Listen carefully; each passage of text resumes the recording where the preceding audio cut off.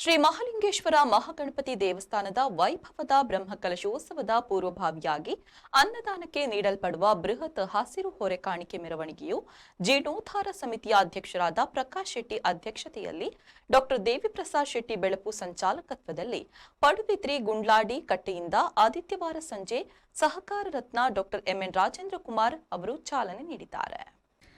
ಈ ಸಂದರ್ಭದಲ್ಲಿ ಮಾತನಾಡಿದ ಅವರು, ಪಡುಬಿದ್ರಿಯ ದೇಗುಲಕ್ಕೆ ಸಾಕಲಿರುವ ಬೃಹತ್ ಹೊರೆ ಕಾಣಿಕೆ ಮೆರವಣಿಗೆ ಪಡುಬಿದ್ರಿಯಲ್ಲಿ ಹೊಸ ಚರಿತ್ರೆ ನಿರ್ಮಿಸಿದೆ ಎಂದರು. ಪಡುಬಿದ್ರಿ ಸಹಿತ ಕಾಪು ಕ್ಷೇತ್ರದ ಪ್ರತಿ ಗ್ರಾಮಗಳಿಂದ ಉಡುಪಿ ಜಿಲ್ಲೆಯ ಉಡುಪಿ, ಕಾರ್ಕಳ, ಬೈಂದೂರು, ಕುಂದಾಪುರ, ಪೆರಡೂರು, ಹಿರಿಯಡ್ಕ, ದಕ್ಷಿಣ ಕನ್ನಡ ಜಿಲ್ಲೆಯ ವಿವಿಧೆಡೆ ಹೊರೆ ಕಾಣಿಕೆಯು ಆಗಮಿಸ್ತಾ ಇತ್ತು.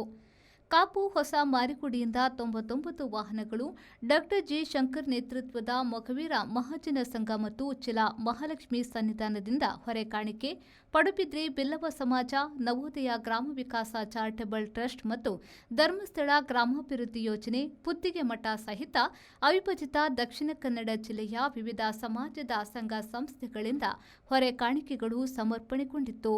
ಮೆರವಣಿಗೆಯಲ್ಲಿ ನೂರಾರು ಹೊರೆ ಕಾಣಿಕೆ ತುಂಬಿದ ವಾಹನಗಳು, ಮಹಿಳೆಯರು ಮತ್ತು ಪುರುಷರ ಸರತಿ ಸಾಲು ಕಂಡುಬಂತು. ಕುಣಿತ ಭಜನಾ ತಂಡಗಳು, ಟ್ಯಾಬ್ಲೋಗಳು, ವಿಶೇಷ ಅಭಿವೃದ್ಧಾವಳಿಗಳು, ತಾಲೀಮುಗಳು ಮೆರವಣಿಗೆಯ ಮೆರುಗು ನೀಡಿತು. ಮೆರವಣಿಗೆಯುದ್ದಕ್ಕೂ ಸ್ವಚ್ಛತಾ ಕಾರ್ಯವು ಸಾರ್ವಜನಿಕರ ಮೆಚ್ಚುಗೆಗೆ ಪಾತ್ರವಾಯಿತು.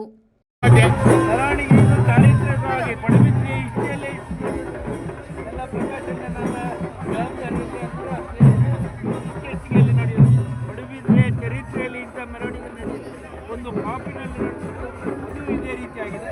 ಇದೇ ದೇವರ ಕೆಲಸಕ್ಕೆ ಸಹಕಾರ ಇದೆ.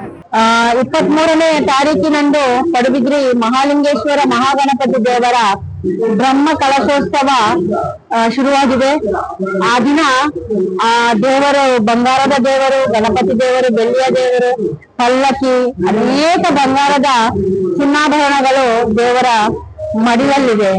ಅದರ ಜೊತೆಯಲ್ಲಿ ಇವತ್ತು ನಮ್ಮೆಲ್ಲರ ಹಿರಿಯಣ್ಣ ಪ್ರಕಾಶ್ ಶೆಟ್ಟಿ ಅವರ ಮುಂದಾಣಿಕೆಯಲ್ಲಿ ಈ ಒಂದು ದೇವಸ್ಥಾನವು 11 ತಿಂಗಳಲ್ಲಿ ಭವ್ಯವಾಗಿ ಎದ್ದು ನಿಂತಿದೆ. ಬಂಧುಗಳೇ, ಇದರೊಂದು ಚಂದವನ್ನು ನಾವೆಲ್ಲರೂ ನೋಡ್ಲೇಬೇಕು.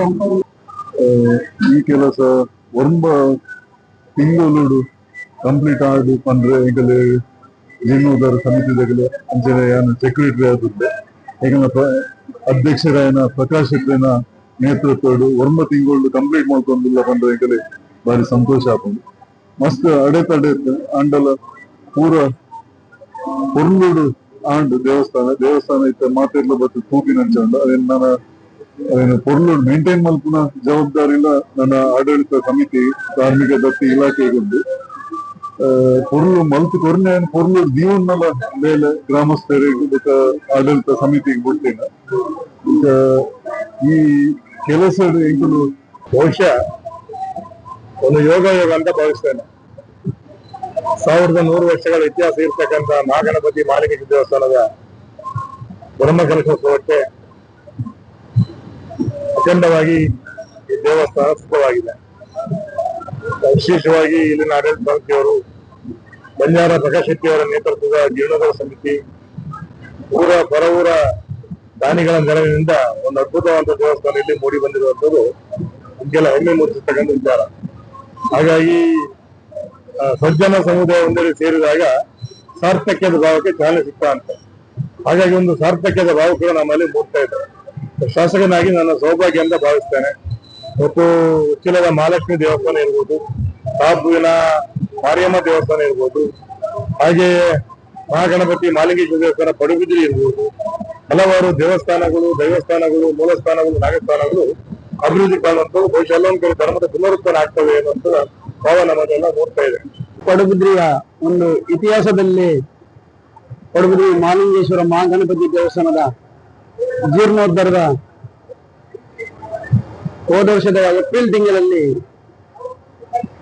ದೇವರು ಏಪ್ರಿಲ್ 3ಕ್ಕೆ ಬಾಲಾಲಯಕ್ಕೆ ಹೋಗಿ ಒಂದು 10-11 ತಿಂಗಳಲ್ಲಿ ಜೀರ್ಣೋದ್ಧಾರ ಸಂಪೂರ್ಣ ಜೀರ್ಣೋದ್ಧಾರ ಆಗಿ ದೇವಸ್ಥಾನ ಕಂಡಗಣಿಸ್ಲಿಕ್ಕೆ ನಮಗೆ ಒಂದು ಈ ಜನ್ಮ ಸಾರ್ಥಕ ಆಗಿದೆ.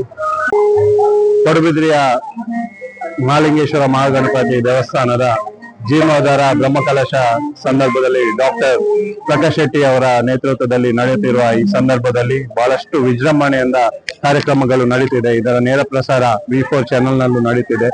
ಅದೇ ರೀತಿ ನಮ್ಮ ವರ್ಷಂಪ್ರತಿ ಪಡುಬಿದ್ರಿಯ ಜಾತ್ರಾ ರಥೋತ್ಸವವು 12ನೇ ತಾರೀಕು ಮೇ 12 ಯಾವತ್ತು ಮಾರ್ಚ್ 21ರಂದು ನಡೆಯಲಿಕ್ಕಿದೆ. ಪಡುಬಿದ್ರಿ ಮಹಾಲಿಂಗೇಶ್ವರ ಮಹಾಗಣಪತಿ ದೇವಸ್ಥಾನ